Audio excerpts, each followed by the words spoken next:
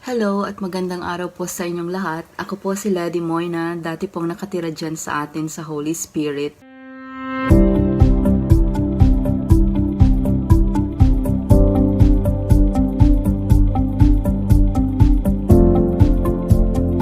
At ngayon ay nasa California, kasama po ang asawa ko at ang inay ko na si Sister Lucy Aklan. At ang gusto ko pong i-share ay yung time po ng buhay namin na nakita ko kung paanong kumilos ang Panginoon sa buhay ng pamilya namin. Sa Mindoro po ako ipinanganak at tumira po kami doon hanggang sa makatapos ng high school. Ang hindi ko alam, pag graduate ng high school pala, ang assignment ko kay Lord is napakalaking adventure.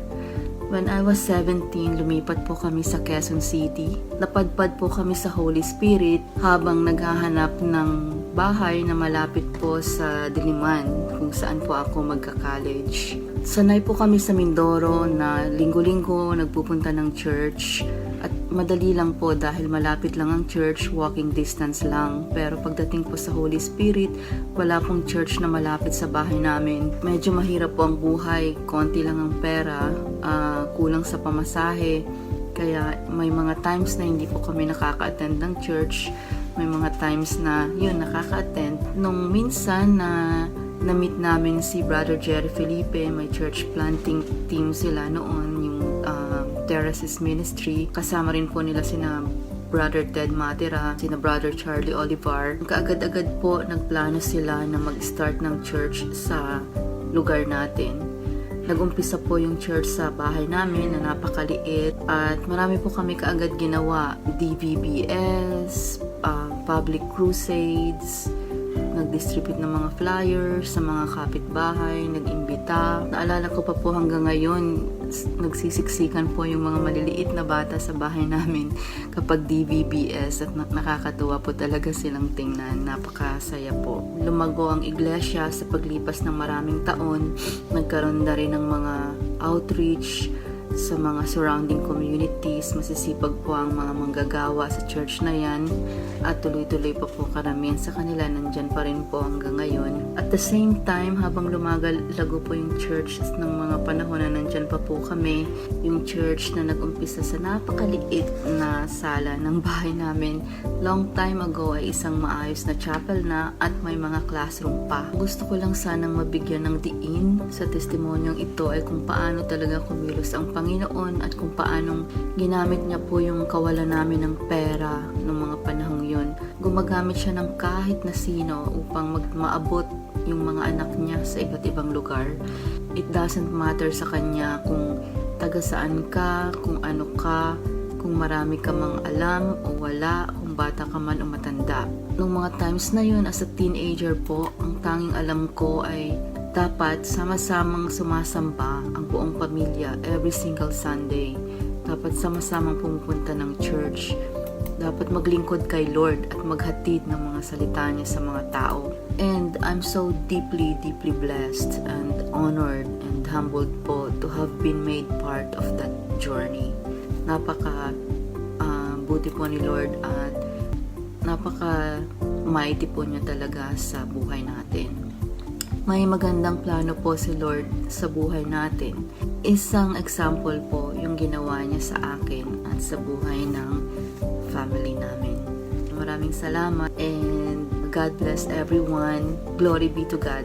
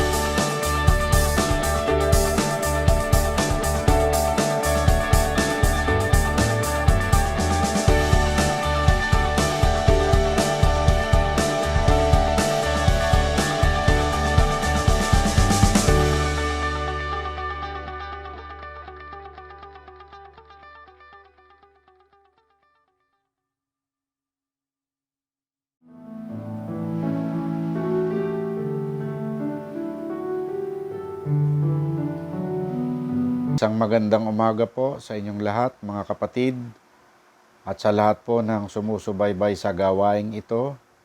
Purihin ang Panginoon sa umagang ito sapagkat tayo po ay patuloy na iniingatan ng ating Diyos.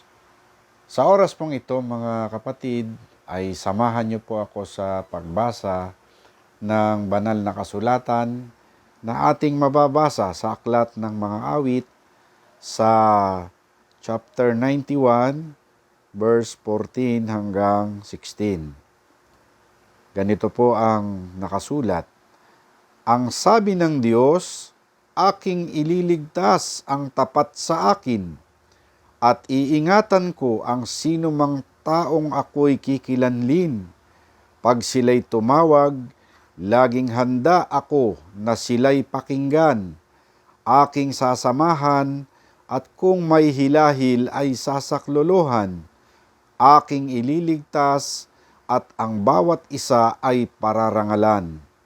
Sila'y bibigyan ko't gagantimpalaan ng mahabang buhay at nakatitiyak na ang tatamuhin nila ay kaligtasan.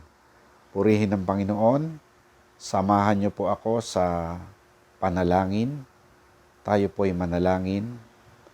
O Diyos na makapangyarihan sa lahat, narito kaming muli, Ama, upang patuloy na maglingkod sa iyo. Narito ang bawat isa sa amin na patuloy na lumalapit at tumatawag sa iyong banal na pangalan. Ama, sa oras na ito ay samahan mo po kami sa aming pagsamba. Ikaw po, Panginoon, ang patuloy na mag-ingat sa amin habang kami ay naglilingkod sa iyong banal na iglesia. Tulungan mo po kami, Panginoon, na maitaas ang iyong banal na pangalan at patuloy naming mapapurihan sa aming mga buhay. Tulungan mo kami, Panginoon, na manatiling tapat sa paglilingkod sa iyo. At alam namin na iingatan mo kami saan man kami magpunta. Salamat, Panginoon, sa iyong mga salita na aming narinig. Ito po ang aming samo at panalangin sa banal at makapangyarihang pangalan ng iyong anak na si Jesus. Amen.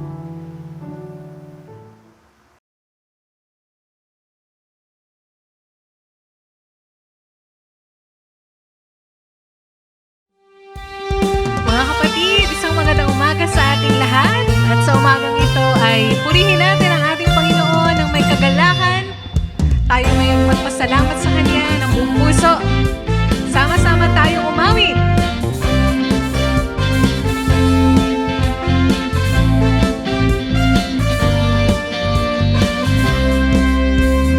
Kung aking mamasdan ang kalawakan, hindi ko maunawaan ang iyong dahilan kung bakit ako'y pinili mo't inalagaan.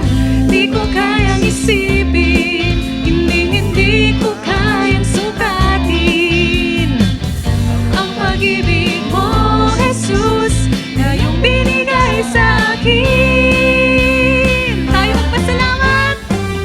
Salamat, salamat, O Jesus, sa pag-ibig mo. Walang ibang nagmahal sa akin ng katulad mo.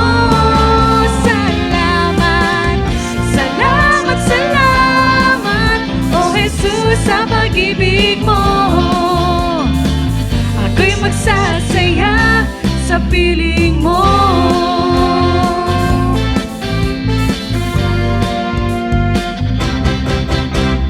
Kung may pagsubok man o kagipitan, ako ay may lalapitan.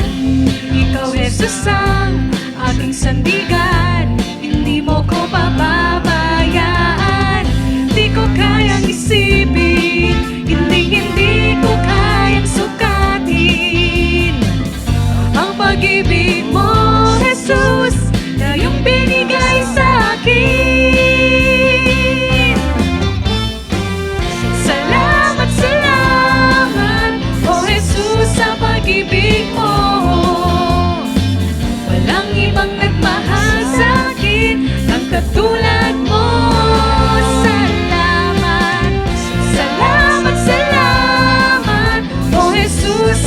pag-ibig mo.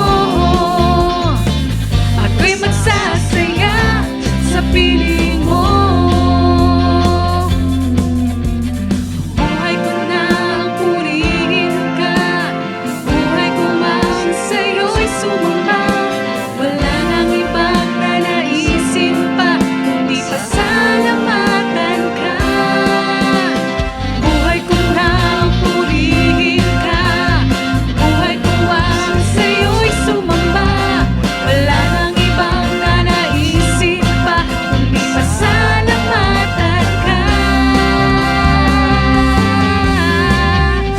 Salamat, salamat, O Jesus, sa pag-ibig mo. Walang ibang nagmahal sa'kin ng katulad mo. Tayo umawit na may kagalakan. Salamat, salamat, O Jesus, sa pag-ibig mo. Ako'y magsasaya sa piling mo.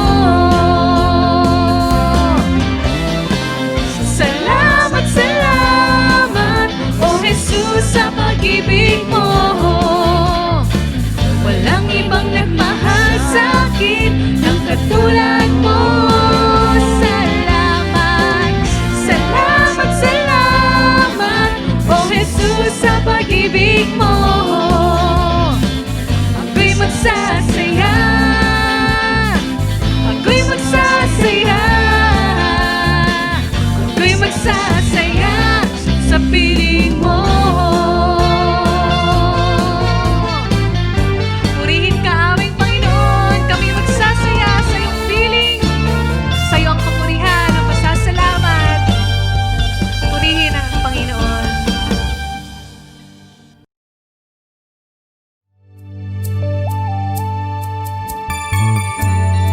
Sama-sama tayong umawit sa ating Panginoon.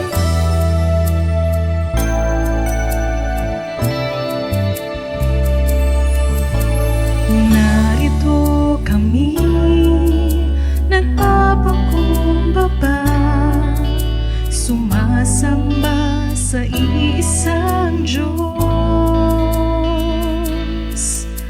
Hinahanap namin karita ng iyong mukha, sumasamo sa iyong pagkilos. At sa himig na hain aming dalangin, kami katagpuin. Iparanas mo sa amin ang iyong kapangyarihan, ipamalas mo sa amin ang iyong kalwalhatian, hanggang ang aming kaluluwa'y mapuspos ng lubusan, at sa aming kalagitna'y bumaba ang kalangitan. Dakila ang iyong ngalan.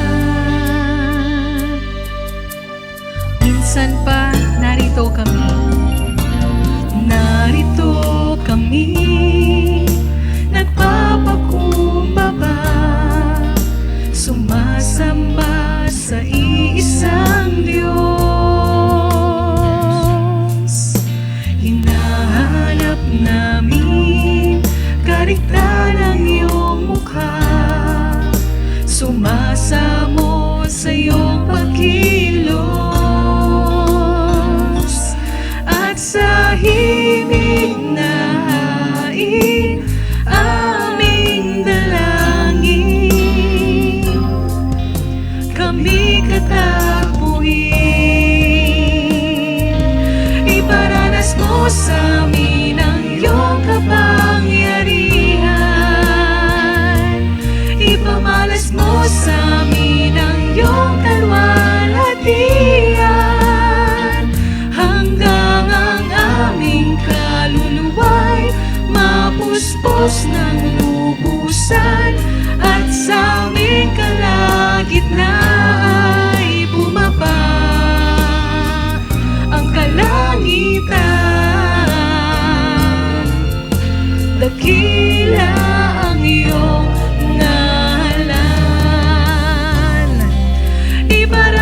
mo sa amin ang iyong kapangyarihan. Ipamalas mo sa amin ang iyong kaluwalhatian, hanggang ang aming kaluluwa'y mapuspos ng lubusan, at sa aming kalagitnaan bumaba ang kalangitan. Dakila ang iyong ngalan. Tunay ngang dakila ka, O Diyos.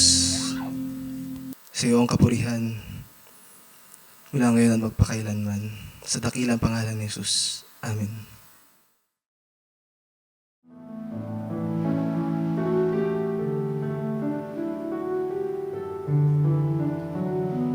Magandang araw po sa ating lahat mga kapatid. Ito na po ang ating patuloy na paglilingkod at pagsubaybay sa ating worship online dahil hindi pa normal yung ating pagsamba, 30% pa. So marami pa rin sa ating mga kapatiran na nandoon pa sa kanilang mga tahanan. At baka sa sunod na mga buwan, papayagan tayo na magkaroon ng 50% sa ating attendance. Doon na tayo mag-umpisa sa ating face-to-face o sa ating physical gathering na maramihan. Sa ngayon, magtiyaga muna tayo sa ating online, pero yung ating online patuloy ito. Hindi natin itigil kahit mayroon tayong regular na pagsamba kasi mahalaga sa atin na ang mga salita ng Diyos ay ating ipahayag sa buong mundo kasi itong ating multimedia ay buong mundo. Sana nga patuloy yung pagpapala sa ating mga multimedia ministries upang maikalat ang kaligtasan sa lahat ng dako ng mundo natin. So sa araw na to, ang ating topic ay tungkol sa Thanksgiving kasi ngayon buwan ng Nobyembre ay Thanksgiving month. Ang ating topic sa buong month ay overflowing with thanksgiving. Ngayon na araw, ang ating message ay tinutukoy dito yung salita ng Diyos. Overflowing with thanksgiving, His Word. So napakahalaga sa salita na to na ating malalaman at maintindihan, maunawaan at ating maisagawa upang magkaroon ng overflowing na pagpasalamat sa ating Panginoon. Merong nagtanong, paano ba magkaroon ng umaapaw na pagpapasalamat sa salita ng Diyos? Dahil minsan nga, sa bawat isa sa atin, merong pagkakataon na hindi natin maunawaan yung kanyang mga salita na ating napag-aralan at ating sinusunod na minsan hindi natin magawa. So, magkaroon ng malaking problema kung hindi natin isagawa yung ating natutunan ng mga salita dahil hindi tayo magkaroon ng malakihang pagpasalamat sa Panginoon o hindi natin maunawaan yun. So dapat lang dito sa ating message ngayon na ilagay sa ating puso, sa ating isip kung ano ba ang dapat natin gawin upang magkaroon tayo ng overflowing with thanksgiving His Word. Salamat tayo na ang mga salita ng Diyos ay binigay ng ating Panginoon upang ang kanyang mga salita atong ating pag-aaralan, ating sundin. No? Sabi ni Apostol Pablo, ito ang main text natin sa Colossians chapter 2, verse 6 and verse 7. Aking basahin, as ye have therefore received Christ Jesus the Lord, so walk in Him. Kung paano nga na inyong tinanggap si Kristo Jesus na Panginoon, ay magsilakad kayong gayon sa Kanya. Verse 7, rooted and built up in Him, and established in the faith, as ye have been taught, abounding therein with thanksgiving.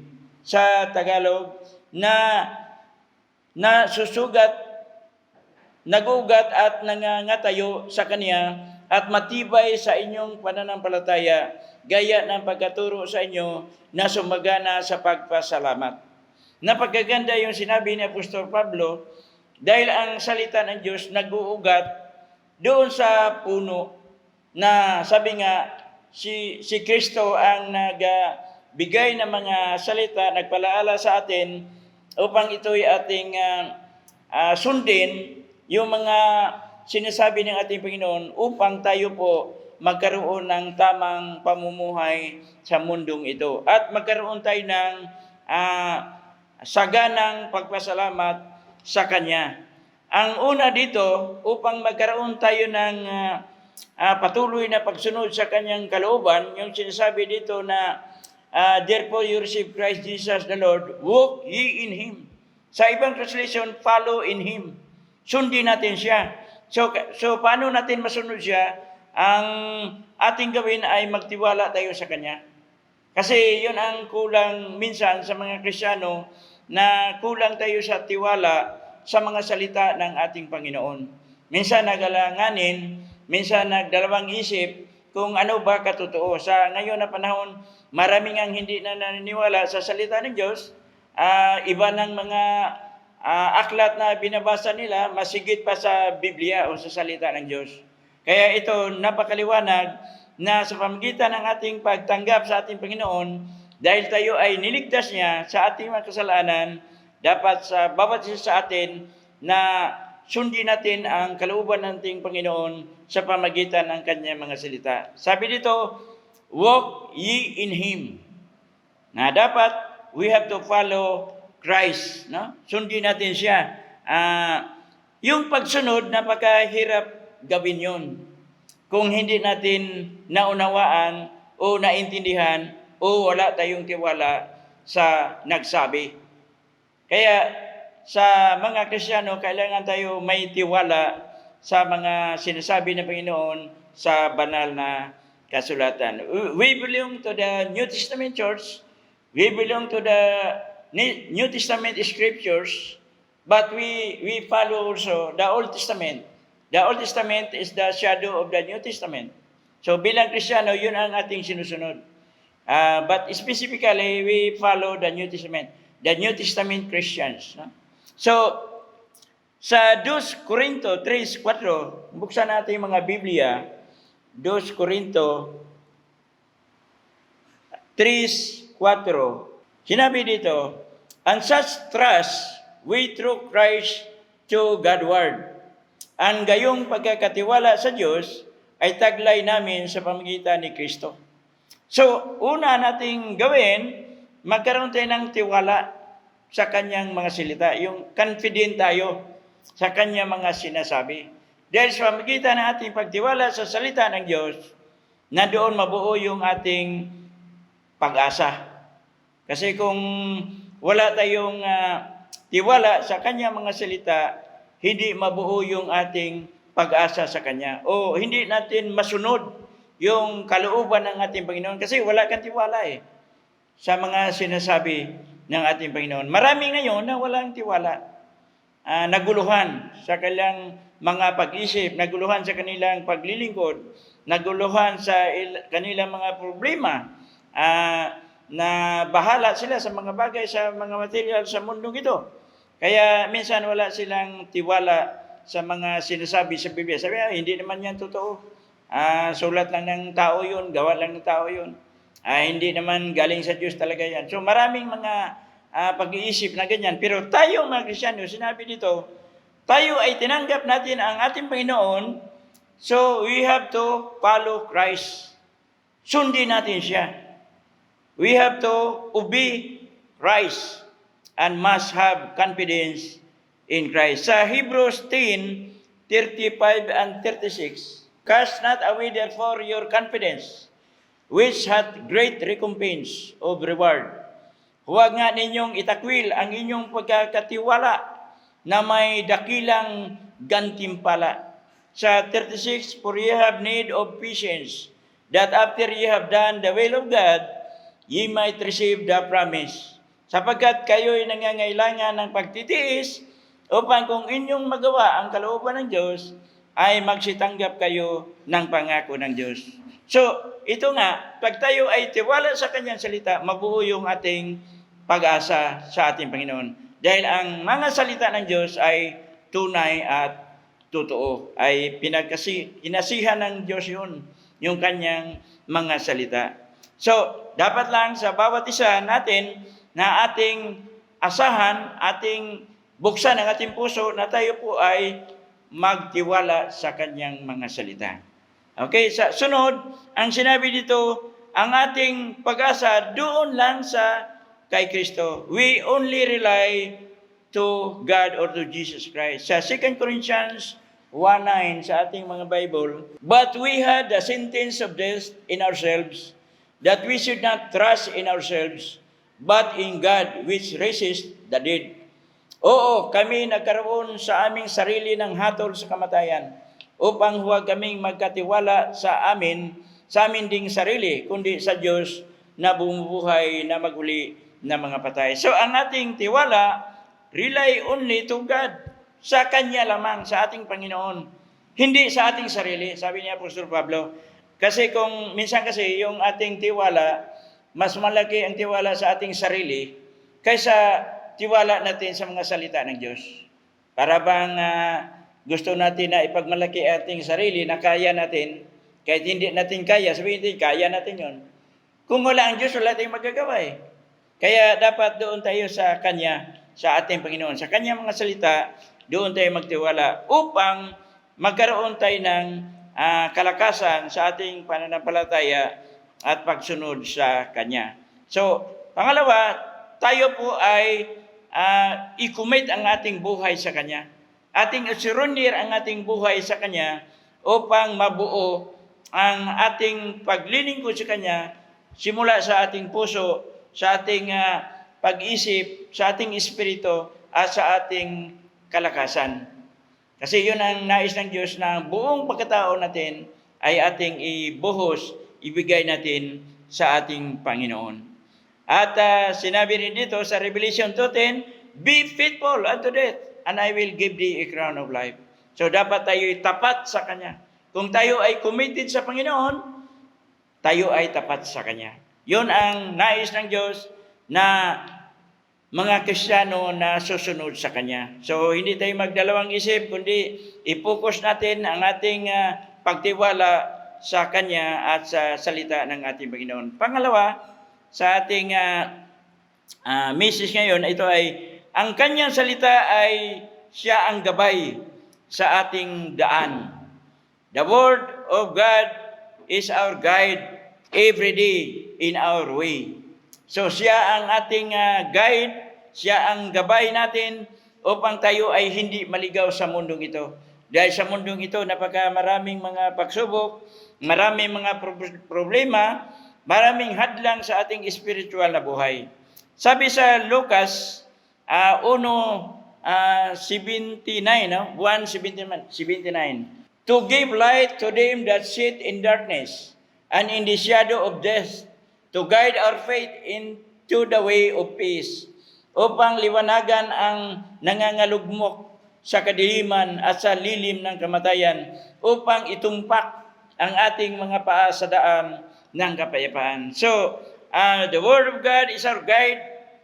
Tumpak talaga na ibigay natin sa Kanya kung ano mang ating lalakarin, saan man tayo pupunta. Ang ating focus doon sa daan na tama o tumpak na daan. Because sinabi nga dito sa John 14 verse 6, I am the way, the truth, and the life, sabi ni Christ. So siya ang daan, siya ang katotohanan, at siya ang buhay. Kung wala siya, wala tayo. Hindi tayo magtagumpay. Kung gagawa ka ng paraan sa sarili mong daan, sa sarili mong gusto, hindi sa kagustuhan ng Panginoon, hindi tayo magtagumpay. At bukod doon, hindi tayo makapasok sa kaharian ng langit. Hindi tayo makasama sa ating Panginoon kung makasarili tayo. Bawal yun sa Panginoon. Kasi ang gusto ng Panginoon, na susunod tayo sa Kanya. Yun na nga ang layunin dito. Upang magawa natin yung overflowing na pagpasalamat sa Kanya sa mga salita niya na ating pinag-aralan. So, sunod, bukod na si Kristo siya ay daan, sinabi rin niya na siya ang ilaw. Sa Juan 8:12, ating basahin. Then spake Jesus again unto them, saying, I am the light of the world. He that followeth me shall not walk in darkness, but shall have the light of life. Muli nga nagsalita sa kanila si Jesus na sinasabi, Ako ang ilaw ng sanlibutan. Ang sumusunod sa akin ay hindi lalakad sa kadiliman, kundi magkaroon ng ilaw ng kabuhayan. Napakaganda yung mga salita ng ating Panginoon. Na siya ang ilaw, siya ang daan, siya ang nagbigay sa atin ng paraan upang hindi tayo maligaw. Susunod tayo sa Kanya sa tamang daan upang tayo ay lalakad hindi sa kadiliman kundi sa liwanag. Magkaroon tayo ng kabuhayan. Magkaroon tayo ng buhay na tama. Sa ngayon kasi mga tao hindi na sumusunod sa daan na tinuro na ating Panginoon.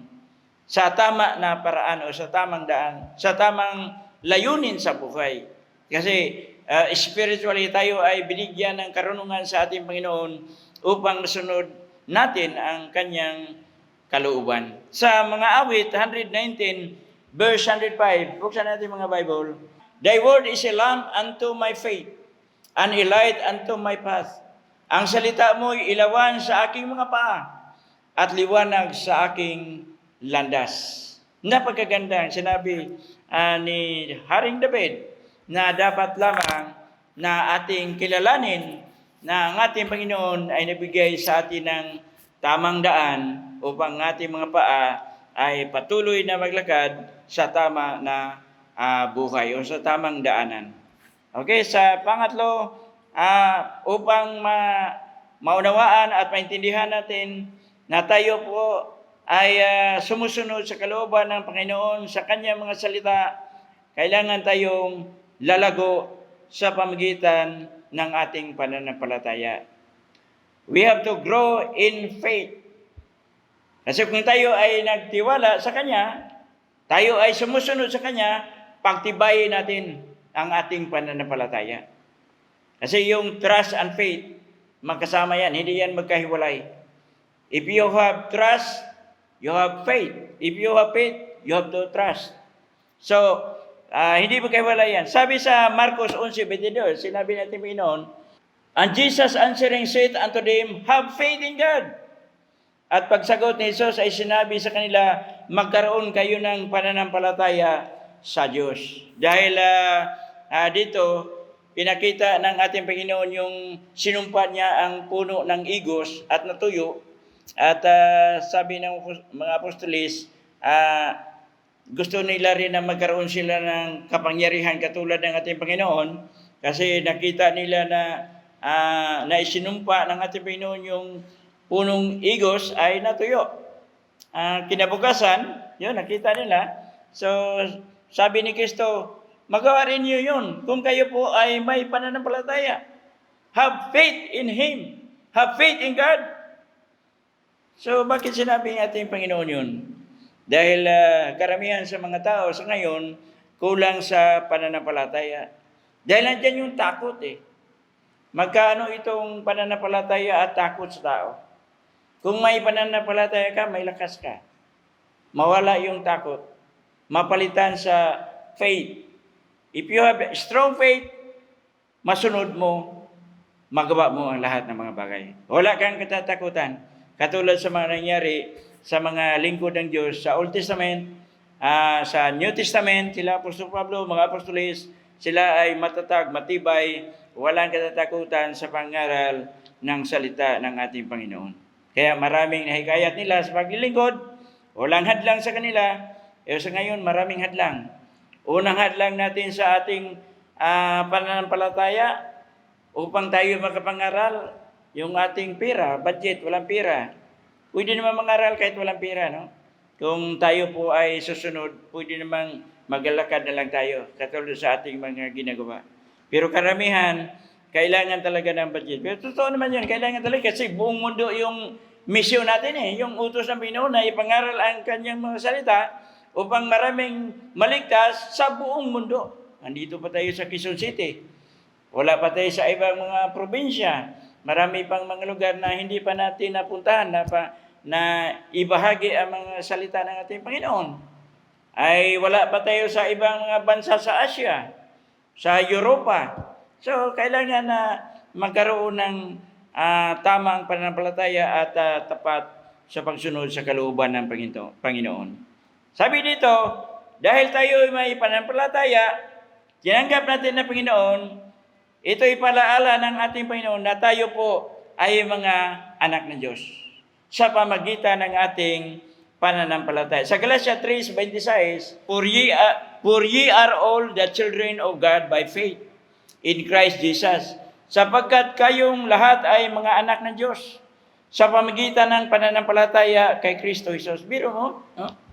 So, sa pamagitan ng ating pananampalataya, tapat tayo sa Kanya, naniwala tayo sa Kanya, tayo po mga anak ng Diyos. So, minsan kasi pag tinanggap natin ng Panginoon, nakalimutan natin, mabuti kung sumusunod ka sa mga ilang buwan, 1 taon, 2 taon, 3 taon, pag 5 taon, wala na, nanghina na. Minsan, hindi na nakita sa church. Pag pumunta sa ibang probinsya, wala na, nakalimutan na yung paglilingkod. Sana nga hindi mangyayari yun. Kung saan man tayo pupunta, saan man tayo dalhin sa ating mga pangailangan, kung saan man tayo ma-assign sa ating trabaho, kung saan man mga opportunity na dalhin tayo ng Panginoon, patuloy tayo maglilingkod. Hindi tayo manghina. Bagkus, alalahanin natin na tayo yung mga anak ng Diyos. Meron tayong tungkulin sa pagsunod sa kalooban ng ating Panginoon. So, increase your faith. Bilang anak ng Diyos, ating palakasin ang ating pananampalataya. Sa 2 Corinto 10:15, ating buksan natin mga Biblia, not boasting of things without our measure, that is of other man's labors, but having hope when your faith is increased, that we shall be enlarged by you according to our role abundantly. Na hindi namin ipinagmamapuri ang labis sa aming sukat sa makatuwid bagay ang mga gawa ng ibang mga tao, kundi yamang may pag-asa na ayon sa paglago ng inyong pananampalataya, kami pupurihin sa inyo ayon sa aming hangganan sa lalong kasaganahan. So ito nga, na dapat lalago tayo sa ating pananampalataya. Hindi tayo lalago, sayang. Hindi tayo magtagumpay sa anumang nais natin dahil sa pananampalataya, magawa natin lahat at ang ating inasahan, yung mga pag-asa natin ay matutupad. Sa pangatlo, we must be strong. Kailangan tayo na malakas palagi. Dahil ang ating kalaban narito sa mundong ito, the earth is ruled by Satan or the evil one. So kailangan tayo magpalakas sa bawat isa. We must stay strong. Sabi nga ng iba, stay safe. Ito, stay strong. No? Dapat matatag tayo sa ating paglilingkod sa ating Panginoon. Sa Ephesians 6, kung meron tayong mga Biblia dyan, buksan na ating mga Biblia sa Ephesians 6, versikulo 10, Ephesians 6, versikulo 10 hanggang 11. Finally, my brethren, be strong in the Lord and the power of His might. Sa katapusan, magpakalakas kayo sa Panginoon at sa kapangyarihan ng Kanyang kalakasan. Put on the whole armor of God, that ye may be able to stand against the wiles of the devil. Mangagbihis kayo ng buong kagayakan ng Diyos upang kayo'y magsitibay laban sa lalang ng dyablo.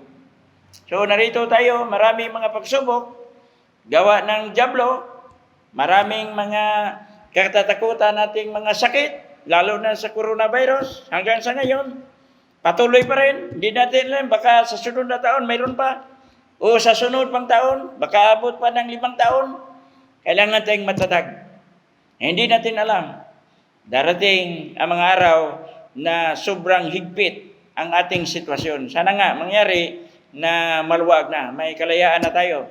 Pero sa tingin ko, tuloy-tuloy ito kasi umpisa pa lamang yung mga naramdaman nating mga problema sa ngayon. May mga darating pa na mahigit pang kahirapan na haharapin natin. Yun ang ating challenge. No? So, kailangan tayo na matatag. We must be strong. Isuot natin ang sinabi ng Panginoon dahil nandito naman yung Holy Spirit sa atin na nasa loob natin na nagbigay ng lakas sa ating pananampalataya at sa kanyang mga salita.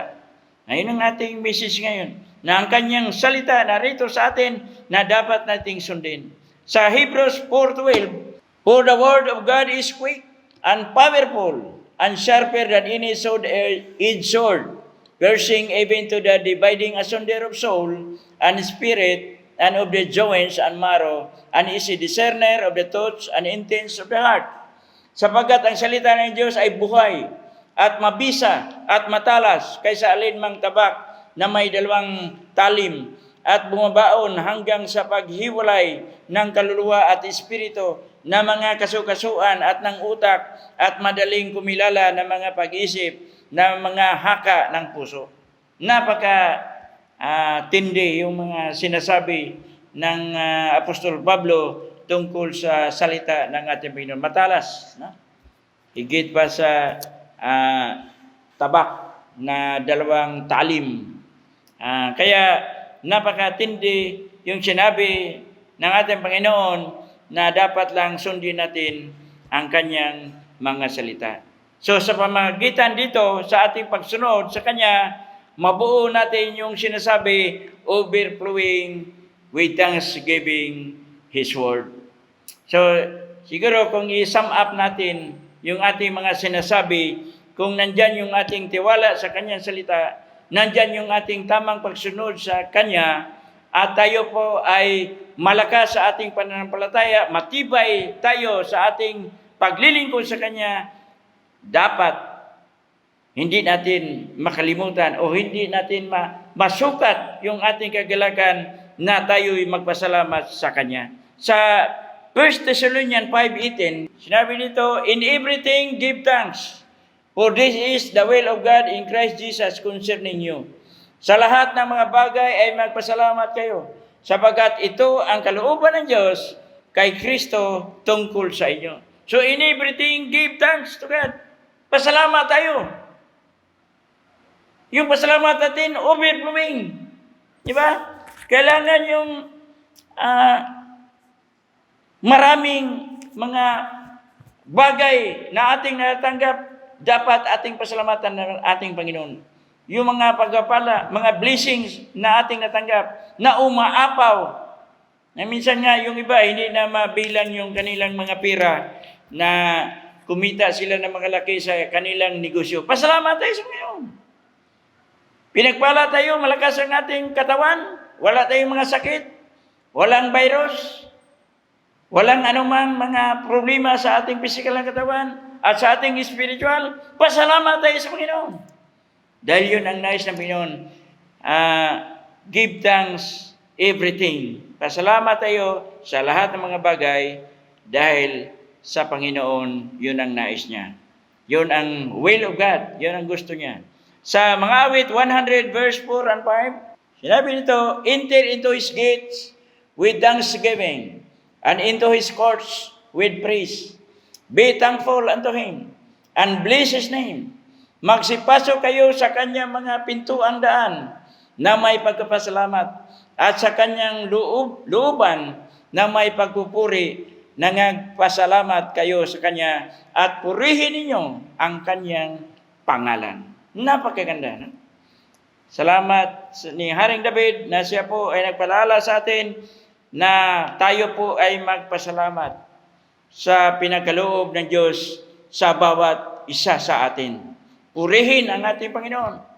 Sa Kanya lamang tayo magpupuri, sa Kanya lamang tayo susunod, at sa Kanya lamang tayo maglingkod hanggang umabot sa mga henerasyon na darating, tayo ay tuloy-tuloy na maglilingkod sa ating Panginoon. Sa huli, aking basahin ang sinulat ni Apostol Pablo na isang magandang mga salita na sa Kanya ibinilin sa atin, sa ating henerasyon ngayon, sa Colossus 3. Sa Colossus 3, buksan natin yung mga Biblia, Colossians chapter 3, umpisa tayo sa verse 1 hanggang 17. Maiksi lamang, itong huli. Ito ay magandang pag-isipan natin, magandang ilagay sa ating puso, at siyempre ating gagawin. If ye then be risen with Christ, seek those things which are above, where Christ sitteth on the right hand of God. Kung kayo ngay muling binuhay na kalakip ni Kristo, ay hanapin ninyo ang mga bagay na nangasa itaas, na kinaroonan ni Kristo, na nakaupo sa kanan ng Diyos. Set your affection on things above, not on things on the earth. Ilagak ninyo ang inyong pag-iisip sa mga bagay na nangasa itaas, huwag sa mga bagay na nangasa ibabaw ng lupa. For ye are dead, and your life is hid with Christ in God. Sapagkat kayo'y nangamatay na, at ang inyong buhay ay natatagong kasama ni Kristo sa Diyos. When Christ, who is our life, shall appear, then shall ye also appear with Him in glory. Pagka si Kristo na ating buhay ay mahayag nga rin tayo na kasama niya sa kalwalhatian. Mortify therefore your members which are upon the earth, fornication, uncleanness, inordinate affection, evil circumcisions, and covetousness, which is idolatry. Patayin nga ninyo ang inyong mga sangkap ng katawang nasa ibabaw ng lupa. Pakikiapid, karumihan, masamang pita, masamang nasa, at kasakiman, na iyay pagsamba sa mga diyos-diyosan. For which things seeks the wrath of God cometh on the children of the disobedience. Na dahil sa mga bagay na yan ay dumarating ang kagalitan ng Diyos sa mga anak ng pagsuway. And they which ye also walk sometime, when ye live in them, na inyo ring nilalakaran ng una, nang kayo'y nangabuhay pa sa bagay na ito. But now ye also put off all this anger, wrath, malice, blasphemy, filthy communication out of your mouth. Datapwat, ngayon ay inyo namang layuan ang lahat ng mga ito. Galit, kapuutan, paghinala, panunungayaw, mga salitang kahalay-halay na mula sa inyong bibig.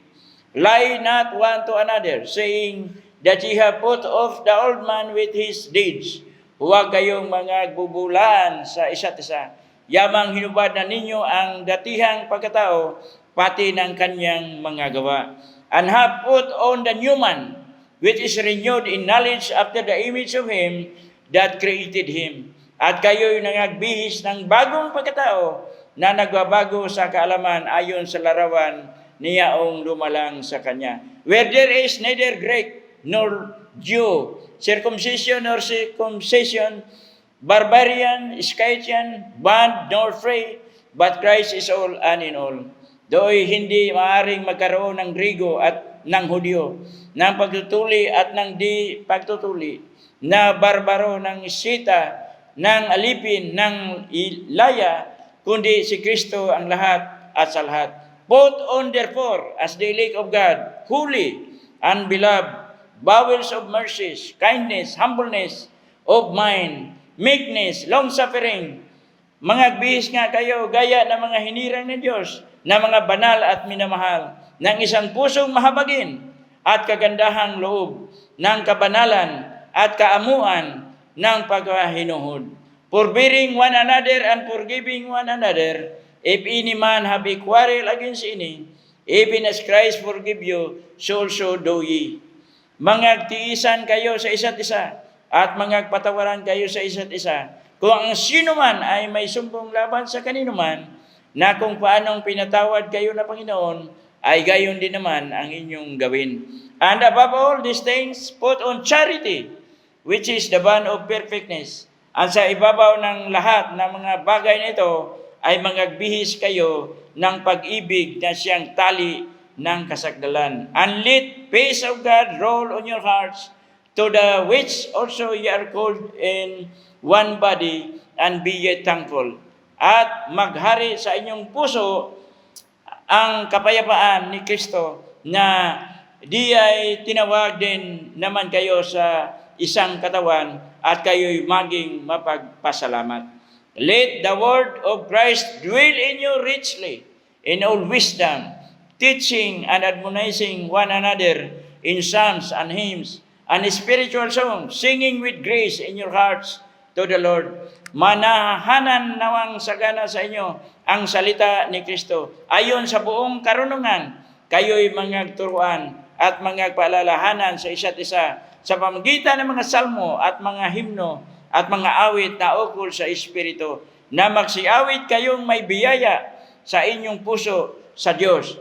And whatsoever you do in word or deed, do all the name of the Lord Jesus, giving thanks to God and the Father by Him. At anumang inyong ginagawa sa salita o sa gawa, gawin ninyong lahat sa pangalan ng Panginoong Hesus, na magpasalamat kayo sa Diyos sa pamamagitan niya. Pagpalain nawa tayong lahat sa kanyang mga salita na ating napakinggan. Tayo po ay manalangin. Salamat po sa Panginoon na ikaw po ay nagpalakas sa aming pananampalataya sa inyo, sa aming pagsunod sa inyo. Nawa po, patuloy mong gabayan ang bawat isa sa amin, Panginoon. Alam namin na mayroong mga panghina, mayroong mga takot, mayroong mga problema, maraming mga pagsubok sa inyong mga anak. Salamat po na ikaw po ay nagbigay sa amin ng pagpaalala, na ikaw po ay makapangyarihan, na nagbigay sa amin ng lakas, nagbigay sa amin na dapat kami po ay maging tapat sa inyo. At ikaw po ay nagbigay sa amin ng kapangyarihan bilang inyong mga anak, na kami po ay maging tapat sa inyo, Panginoon. Gabayan po ang bawat isa sa amin. Pagkaloob mo patuloy na ang iyong banal Espiritu na sa puso namin, siya po ang magbigay direksyon sa aming pagsunod sa iyong kalooban, Panginoon. Salamat po. Patawarin mo po kami, Panginoon, sa aming mga kasalanan namin nagagawa. Ito po aming dalangin sa inyo. Pangalan ni Jesus, aming Diyos na tagapagligtas. Pangalan ng Ama, ng Anak, ng Espiritu Santo. Amen.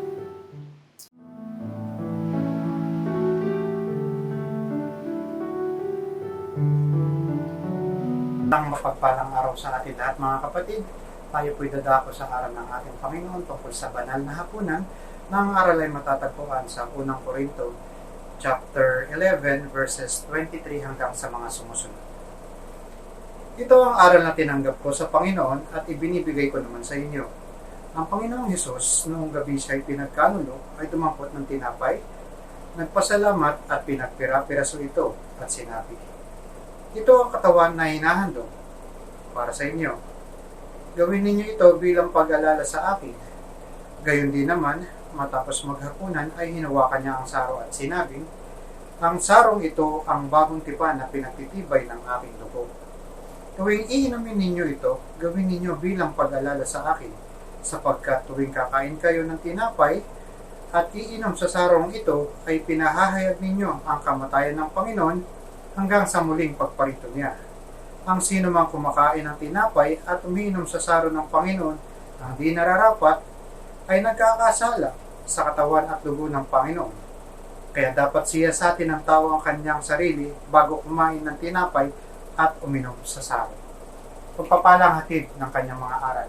Tayo po'y manalangin, mga kapatid. Amang banal, Diyos na makapangyarihan sa lahat, muli, Panginoon, kami po'y lumalapit sa inyo, sumasamba at nagpupuri, at patuloy niyo po kami basbasan pa ng pagpapala na matapos na po ang pandemyang dulot ng COVID na ito, upang makapagpanambahan po kami sama-sama dyan sa inyong templo. Kayo pong bahala sa amin, patuloy niyo po kami pag-ingatan sa araw-araw naming gawain.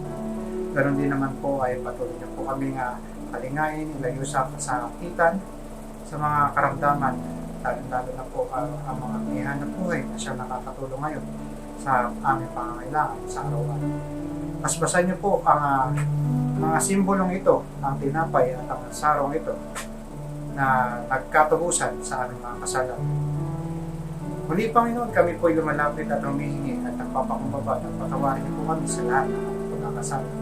Maraming salamat po sa kaligtasang pinagkaloob mo sa amin. Patuloy niyo po kami ligtas sa pandemic na ito, nilayo sa tukso at mga kapahamakan.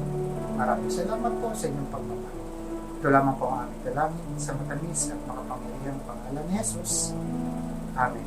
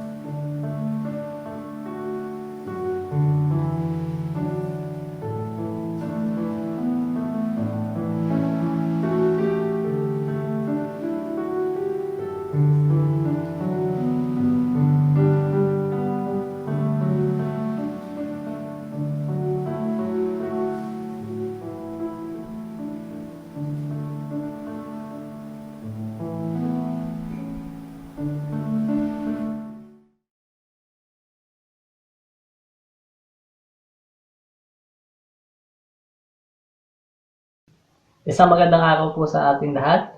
It's giving time para po sa ating pagbibigay sa ating Panginoon. Ating pong basahin ng aklat ni Malakias, chapter 3, verse 8 hanggang 10. Nanakawan ba ng tao ang Diyos? Gayon may ninanakawan ninyo ako. Ngunit inyong sinasabi, paano ka namin ninanakawan? Sa mga ikasampung bahagi at sa mga handog. Kayo'y sinumpa ng isang sumpa sapagkat ninanakawan ninyo ako ng inyong buong bansa. Dalhin ninyo ang buong ikasampung bahagi sa kamalig upang magkaroon ng pagkain sa aking bahay. At sa gayon subukin ninyo ako ngayon, sabi ng Panginoon ng mga hukbo. Tignan ninyo kung hindi ko buksan para sa inyo ang mga bintana ng mga langit at ibuhos ko sa inyo ang isang pagpapala na walang sapat na kalalagyan. Purihin ang pag-abasa at pag-arinig ng kanyang mga salita. Tayo po'y sama-samang manalangin. Panginoong Diyos sa dakila at makapangyarihan, maraming salamat Panginoon sa pagpapala na ibinibigay niyo po sa amin, sa aming mga nagtatrabaho, may mga negosyo, Panginoon, na hindi niyo po pinagpapala upang lagi kami na mayroong sapat sa mga araw-araw at makapagbigay sa inyo, lalo na makatulong sa aming kapwa, Panginoon. Dalangin po namin sa patuloy na naranasan namin pandemyang ito, ay patuloy pa rin kami, Panginoon, na pagdaan ng handog para sa inyo pang magamit sa mga gawain ng inyong iglesia, lalo na Panginoon sa pagpapalaganap ng inyong mga salita, Panginoon. Nawa sa mga kapatiran namin naghahanap ng trabaho, Panginoon, nawa po sa inyo po sila ng oportunidad na sila po yung makasumpong, Panginoon. Dalangin po namin, Panginoon, na patuloy kami, Panginoon, na magbukas ng oportunidad, Panginoon, na makatulong sa aming kapwa, lalo na sa pandemya na naranasan namin ito. Panginoon, maraming salamat. I-bless niyo, Panginoon, ang aming mga handog at nawa patuloy na magamit sa inyong gawain. Ipalain niyo po ang bawat isa sa amin, Panginoon. Ito po aming dalangin sa pangalan ni Jesus. Amen. Mercy is falling, is falling, is falling. Mercy, it falls like a sweet spring rain. Mercy is falling all over me. Hey, oh, I receive your mercy. Hey, oh, I receive your grace. Hey, oh, I will dance forevermore.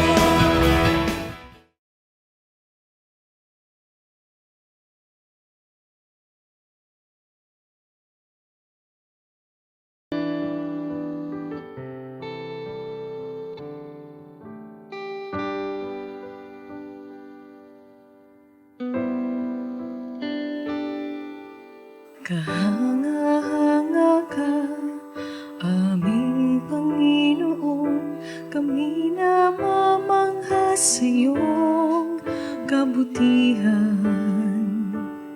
Sa putikan ng sala, kami ay iniahon at binihisan mo ng iyong kabanalan. Ikaw ang siyang dakilang alay, tagapagligtas na nabubuhay magpakailan pa man. Kahanga ka, Panginoon, walang hanggang haleluya. Aawitin mo lang ngayon, kahanga-hanga ka, Kordero ng kaligtasan, pupurihin ka, pupurihin ka.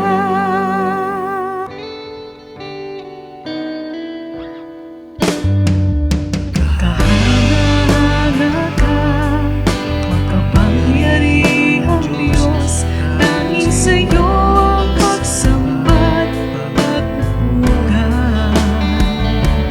Sa kabila ng lahat, kami inibig ng taos at binayaran mo maging ng iyong buhay. Ikaw ang puno ng pag-ibig, manunubos ng buong daigdig magpakailan pa man. Kahanga-hanga ka, Panginoon, walang hanggang haleluya. Aawitin mo lang ngayon, kahanga-hanga ka, Kordero ng kaligtasan, pupurihin ka, pupurihin ka. Kahanga-hanga ka, Panginoon,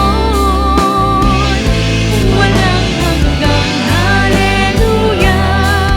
Aawitin mo lang ngayon, kahanga-hanga ka, Kordero ng kaligtasan, pupurihin ka, pupurihin ka. Pupurihin ka, pupurihin ka,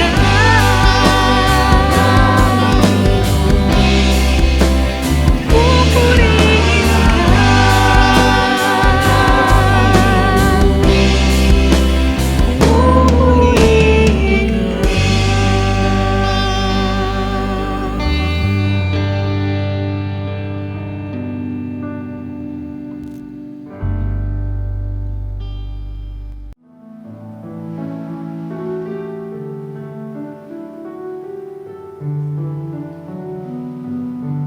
Sa ating pagtatapos ng ating panambahan, tayo po'y muling tumayo at tayo po'y manalangin. Ama naming Diyos na makapangyarihan sa lahat, Panginoon, muli kami po'y lumalapit sa inyo. Inihiling namin, Panginoon, ang iyong gabay patnubay sa aming lahat, Panginoon, na kami po ay makauwi sa aming tahanan na ligtas po sa aming paghiwalay sa pagkatapos ng panambahag ito, Panginoon. Maraming salamat, Panginoong Diyos, sa mga salita mo na aming naririnig, Panginoong Diyos. Lord God, maraming salamat, Lord Jesus.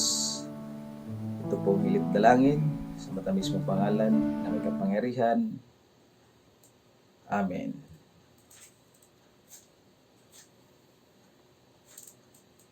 Sa iisang Diyos na ating tagapagligtas sa pamamagitan ni Kristo Jesus na Panginoon natin, sa Kanya ang kapurihan, karangalan, kalwalhatian at kapangyarihan mula pa noong una, ngayon at magpakailanman.